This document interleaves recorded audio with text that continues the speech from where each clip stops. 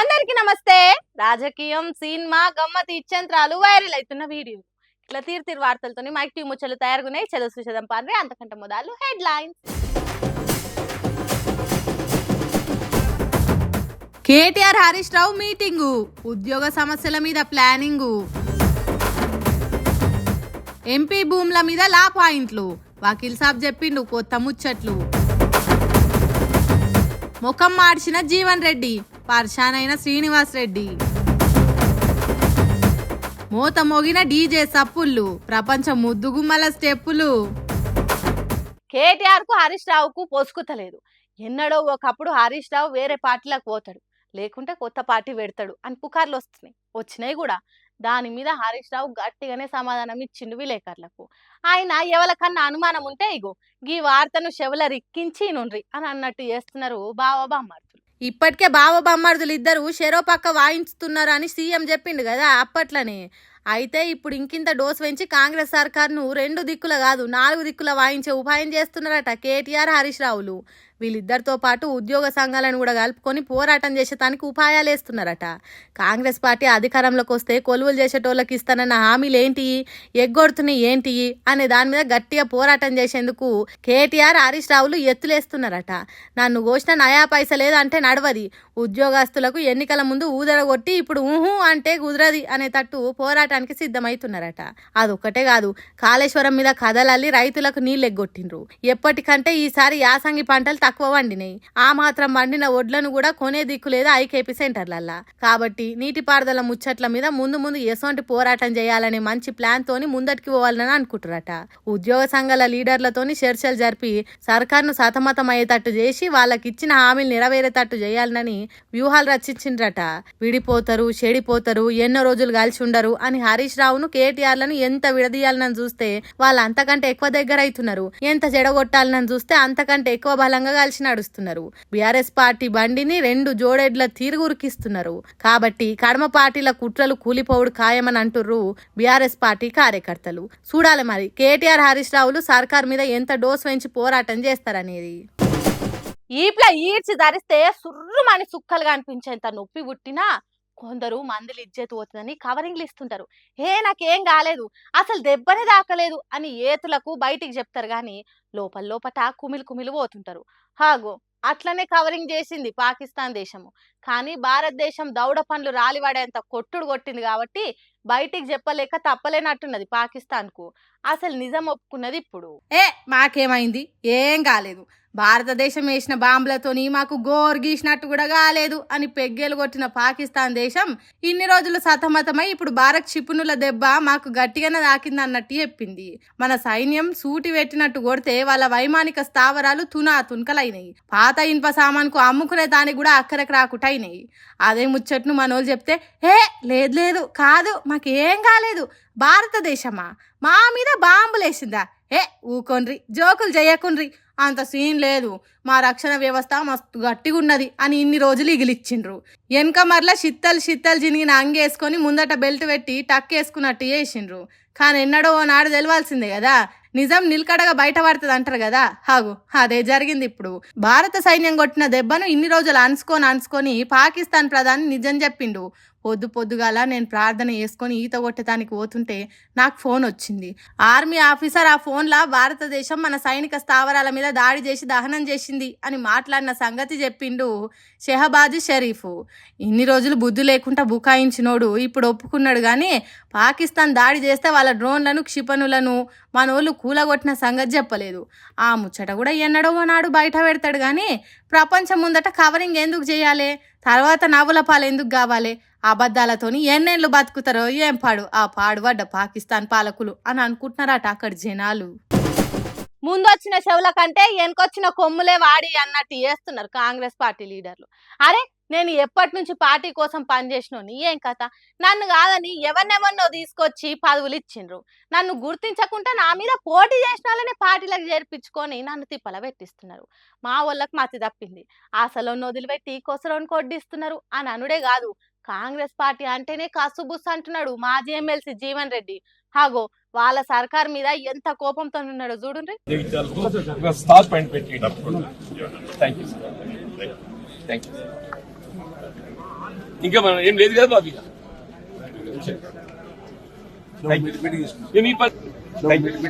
మీ పని మీరు చూడు, మా పని అయిపోయి మా పార్టీ అయిపోయింది. రాజ్యం వేలుండి మీరు చూసిండ్రా మంత్రి పొంగులేటి శ్రీనివాసరెడ్డి కావలిచ్చుకుందామని దగ్గరికి పోతే దూరం దూరం జరిగిండు.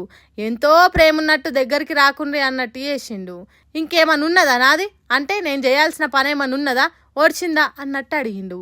తర్వాత మంత్రి పొంగులేటి ఎమ్మెల్యేలు ఆది శ్రీనివాసు అడ్లూరి లక్ష్మణులు చేతులు జోడించి మొక్కిండ్రు. జగిత్యాల పర్యటనకు పోయి అక్కడ లేనిపోని కీసులాట ఎందుకు అనుకున్నారో ఏమో మాట్లాడకుంటే వెళ్ళిపోతున్నారు. ఇక మీ పని మీరు చేసుకోండి, మా పని అయిపోయింది, మా పార్టీ పని అయిపోయింది అన్నట్టు చెప్పిండు. అంతేకాదు ఇక మీరే రాజ్యం ఏలుండ్రి అని తన కోపం మొత్తమే లగక్కిండు. మరి లేకపోతేంది, నేను సీనియర్ కాంగ్రెస్ పార్టీ లీడర్ను, పార్టీని ఎన్నో ఏళ్ల నుంచి కాపాడుకుంటూ వస్తున్నా. అసొంటిది నన్ను కాదని ఎవరెవరినో పార్టీలో ఏర్పించుకుంటున్నారు, ఎవరెవరికో పదవులు ఇస్తారు. అంత చిన్నగా అనిపిస్తున్నానా మీకు అనే కోపాన్ని చూపెట్టిండు. వచ్చిన మంత్రి ఎమ్మెల్యేలు కూడా ఏం మాట్లాడినా ఇది ఇంకింత పెద్దగా అవుతుంది అనుకున్నారో ఏమో కుక్కిన పేన్ల తిరిగి వెళ్ళిపోయిండ్రు. చాలా దినాల సంది కాంగ్రెస్ పార్టీలు ఉన్నట్టే గాని జీవన్ రెడ్డి మనసులో లేకుండా అవుతున్నదట. సీనియర్ లీడర్ అనే గౌరవం లేదు, పార్టీ మీద అలిగినట్టుంటే పిలిచి మాట్లాడే దిక్కు లేదు, ఏం కాదని ధైర్యం చెప్పే నాదుడు లేడనే బాధతోనే కుమిలిపోతున్నాడట జీవన్ రెడ్డి. పార్టీ లీడర్లు మంత్రులు జగిత్యాలకు వచ్చినప్పుడు ఆ కార్యంలో నామకే వాసి పాల్గొని వెళ్ళిపోతున్నాడట. పాపం ఎసొంటి లీడర్కు ఎసొంటి హాలతాయే అని అనుకుంటున్నారట జగిత్యాల జిల్లా పబ్లిక్. ఏమి మారేను రో తెలంగాణ రైతులు, ఎందుకింత హీనమైన ఈరో.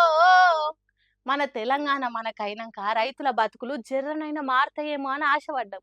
కానీ దినం ఇంకా అధ్వానం అవుతున్నాయి తప్పితే ఒక్క రైతు కూడా బాగుపడ్డట్టు ఏడగా అనిస్తలే. ఒడ్ల అమ్ముడు ఒక ఏ స్థితికి వచ్చిందో చూడు రైతుల సంగతి.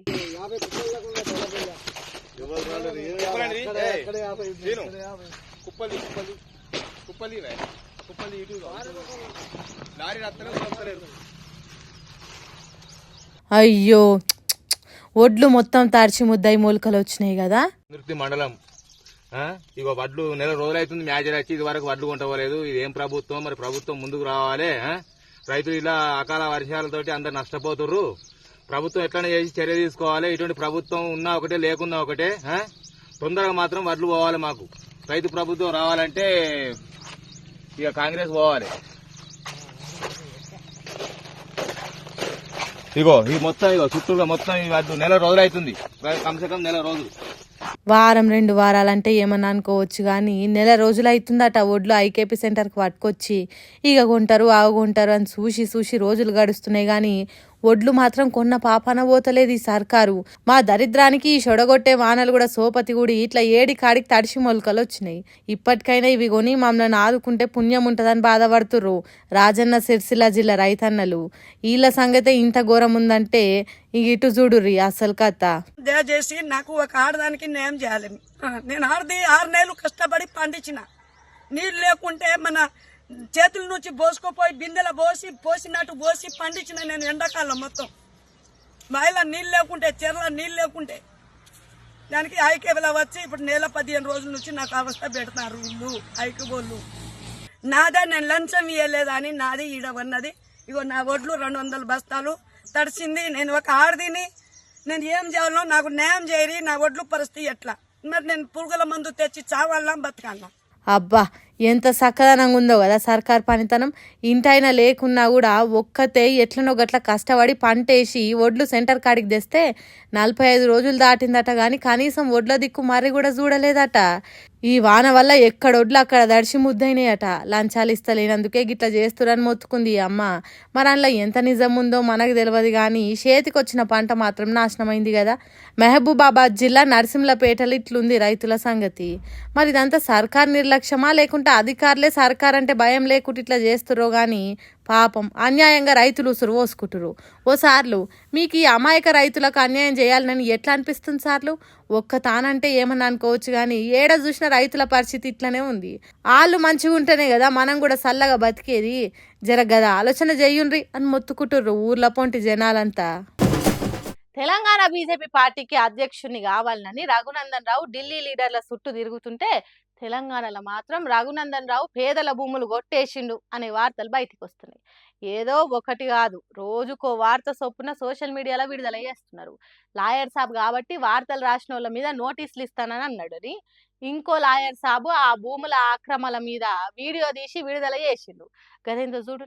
మీరు ఒక బంగారాన్ని దొంగతనం చేసుకొని వచ్చారు, ఓకేనా? నేను దొంగతనం చేయలా, మీరు దొంగతనం చేసుకొని వచ్చారు. మీరు నాకు అమ్మారు, నేను కొన్నాను ఆ బంగారాన్ని. నేను దొంగ బంగారం కొనడం తప్ప కాదా? మరి అటువంటప్పుడు ఈయన కొన్నప్పుడు 2023లో దాన్ని పట్టా కింద మార్చేశారు ఆల్రెడీ. ఈయన ఏం చేశాడంటే ఒక ప్రాక్సీని పెట్టుకొని ప్రాక్సీ ద్వారా దాన్ని చేయించి ఈయన కొన్నాడు దాన్ని స్పష్టంగా అర్థమవుతుంది దాంట్లో. ఆగో అట్లా రఘునందన్ రావు తప్పు చేసిండని అంటున్నాడు వట్టెం రవికృష్ణ అనే న్యాయవాది. పేదలకు సర్కార్ వంచిన అసైన్డ్ భూమిని వేరేటోళ్ళతో పట్టాలు చేసుకుంటే వాళ్ళ దగ్గర కొన్నానని చెప్తున్నాడు రఘునందన్ రావు. అది తప్పు కాదా? డైరెక్ట్గా కొన్నా వేరేటోళ్ళ దగ్గర కొన్నా తప్పే అన్నట్టు చెప్తున్నాడు రవికృష్ణ వకీల్ సాబు. ఇంకేమంటున్నాడు ఈయనుండ్రి. నిజంగా పట్టా ల్యాండ్ అసైన్మెంట్ ల్యాండ్గా పడింది అనుకోండి, అటువంటి భూములు కోకొల్లలు కొన్ని లక్షల ఎకరాలు తెలంగాణలో ఉన్నాయి. రైతులు రెవెన్యూ ఆఫీసులు చుట్టూ తిరుగుతున్నారు. ఏ ఒక్క రిప్రజెంటేషన్కి రెస్పాన్స్ ఇచ్చిన దాఖలాలు లేవు. ఫైల్స్ కింద వేసుకొని కూర్చుంటారు తప్ప వాళ్ళు పని చేయరు. ఎంపీ నుంచో ఎమ్మెల్యే నుంచో ఫోన్లు వెళ్తే తప్ప పనులు జరగవు. మరి అటువంటి దీనికి 176 ఎకరాలు పట్టా కింద ఈయన 80 ఎకరాలు కొన్నా అంటున్నాడు. 4 ఎకరాలు డిస్ప్యూట్లో ఉందని ఆయనే చెప్పాడు. 76 ఎకరాలు రిజిస్ట్రేషన్ అయిందని చెప్పాడు. ఆ రిజిస్ట్రేషన్ సంబంధించిన ఈసీలు కూడా నా దగ్గర ఉన్నాయి, అన్ని నేను వెరిఫై చేశాను. ఈయన సగం 2023లో కొన్నాడు, సగం 2024లో కొన్నాడు. కానీ ఎలక్షన్ అఫిడవిట్లో మొత్తం చూపించి ఆ దొంగ భూమి కాదు అన్నాడు.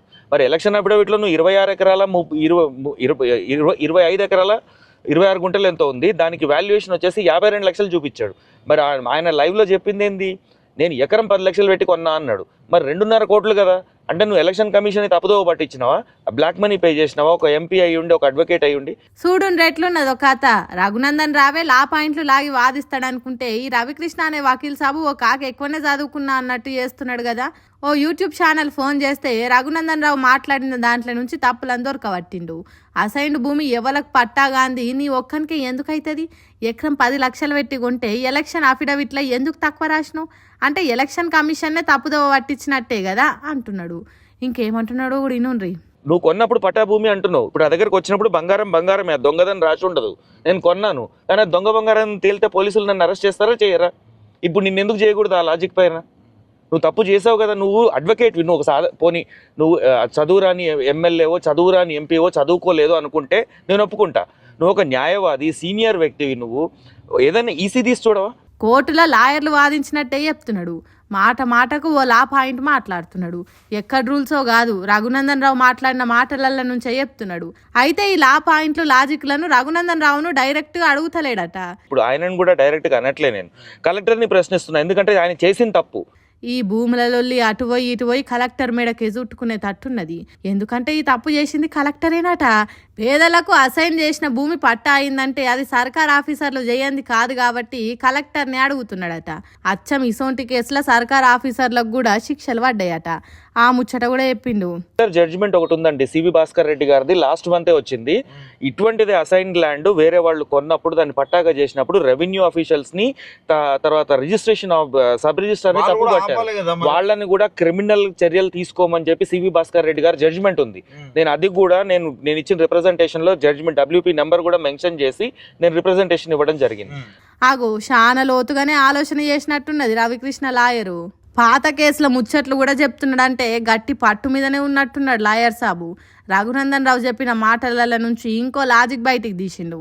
ఆయన చెప్పేది పచ్చి బూటకము. ఎందుకంటే 54 నుంచి హానీలు చూసిన వ్యక్తి 2006లో ఈసీ చూడ్డా? ఇంత లాజిక్ ఎట్లా మర్చిపోయింది ఆయన? కాబట్టి తప్పుడు పత్రాలు పుట్టించిన సర్కార్ ఆఫీసర్లను, ఆ భూములను కొన్న రఘునందన్ రావును తికమక పెట్టే పనులు చేస్తా అంటున్నాడు. ఈ లాయర్ సాబ్ ముచ్చట ఇట్లుంటే కాంగ్రెస్ సర్కార్ వచ్చినాక ఈ లావుని భూములు పట్టాలైనాయి అంటే వాళ్ళ నడుమ ఏదో సంబంధం ఉన్నదనే ముచ్చట్లు కూడా సోషల్ మీడియాలో తిరుగుతున్నాయి. ఏది ఎట్లయినా అసలు నిజం ఏంటిదో కనిపెట్టడానికి సర్కార్ గట్టి ఎంక్వైరీ చేయాలనని, అందరికీ న్యాయం జరిగేటట్టు చేయాలని కోరుతున్నారు ఈ భూముల ముచ్చట తెలిసిన పబ్లిక్. డీజే పాటలతో వలలో డాన్సులేసిండ్రు, వలలో అందమైన బామాలు వలలో ఆడి పాడిండ్రు, వలలో ఏంది పిల్ల బతుకమ్మ పాటలు పాడుతున్నది అనే కదా మీరు అనుకునేది. మొన్న వరంగల్కు పోయి బతుకమ్మ ఆడిన బామలు ఉన్నారు కదా, హాగో వాళ్ళిప్పుడు డీజే సప్పులకు డీజే పాటలకు డాన్స్లు వేసిండ్రు.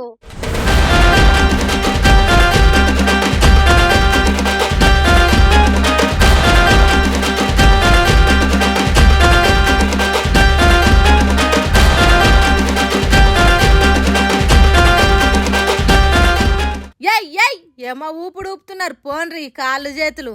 తమ్ముడు సౌండ్ పెట్టి గిప్పని గుద్దితే సౌండ్ దద్దరిల్లాలే అన్నట్టు ఫుల్ సౌండ్ పెట్టుకొని డాన్స్ వేసిండ్రు అందమైన బామలు. స్టేడియం మొత్తం మోత మోగిందనుకో రాదుండ్రి వాళ్ళ డాన్స్లకు.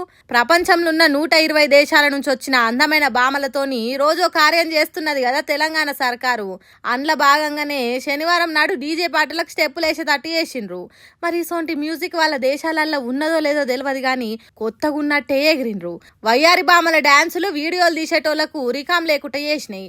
వాళ్ళ కూపు వచ్చేదానికి మన డాన్సర్లు కొంతమందిని పెట్టి వాళ్ళతోని డాన్స్ వేసేటట్టు చేసిండ్రు. అసలే ఇవి ఒక్కొక్కరు పోటీ పడే అందాల పోటీలాయే.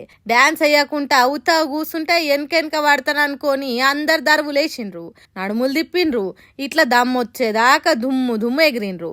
ఇప్పుడు ఇట్లా ఎగిరిన బామలు రేపేం చేస్తారో చూడాలిగా. హైదరాబాద్ కు మెట్రో వచ్చిన కొత్తలా మస్తు మురిచినాం కదా. మెట్రో రైలు వచ్చుడుతోని హైదరాబాద్ హాలతే మారిపోయింది. ప్రపంచం నగరంగా ఎదిగిపోతున్నది అని చెప్పుకొని సంబరపడ్డం కానీ ఇప్పుడు ఆ మెట్రో ఎక్కేటోళ్లకు మొయ్యలేని బరువును ఎత్తుతున్నది. మెట్రో ఇప్పుడు అగ్వ కాదు, రోజు ఎక్కేటోళ్లకు పిరమే అవుతున్నది. మెట్రో రైల్లో చల్లటి ఏసీల ప్రయాణం చేసేటోళ్లకు ఉడకబోసే వాడుతుంది. అన్నిటి రేట్లు రోజు రోజుకు పెరుగుకుంటూ పోతున్నాయి. ప్రజల సంపాదన కరుగుకుంటూ పోతుంది. అట్లా కరుగుతున్న దాంట్లో మాకు భాగం ఎందుకు ఉండొద్దు అనుకున్నారో ఏమో. మేము కూడా జనం సొమ్మును విండుకుంటాం అన్నట్టు రేట్లు పెంచిండ్రు మెట్రో రైలు నడుపుతున్నోళ్ళు.